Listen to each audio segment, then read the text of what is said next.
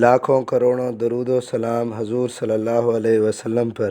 السلام علیکم ناظرین، صورتحال ٹی وی میں خوش آمدید۔ حضرت سعد رضی اللہ عنہ نے عرض کیا، یا رسول اللہ، میری والدہ کا انتقال ہو گیا، ان کے ایصال ثواب کے لیے کون سا صدقہ زیادہ افضل ہے؟ حضور صلی اللہ علیہ وسلم نے ارشاد فرمایا، پانی سب سے افضل ہے۔ اس پر حضرت سعد رضی اللہ عنہ نے اپنی والدہ کے ثواب کے لیے ایک کنواں کھدوا دیا۔ حضور صلی اللہ علیہ وسلم نے پانی کو افضل اس لیے فرمایا کیونکہ مدینہ میں اس وقت پانی کی قلت بھی تھی۔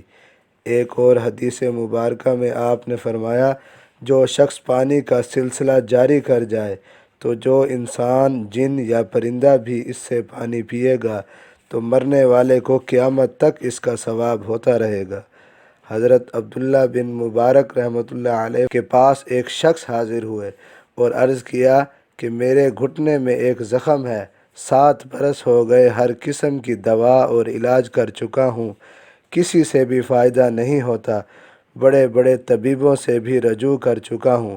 حضرت عبداللہ بن مبارک رحمۃ اللہ علیہ نے فرمایا کہ جس جگہ پانی کی قلت ہو وہاں ایک کنواں بنوا دو، مجھے اللہ کی ذات سے امید ہے جب اس میں پانی نکل آئے گا تمہارے گھٹنے کا خون بند ہو جائے گا۔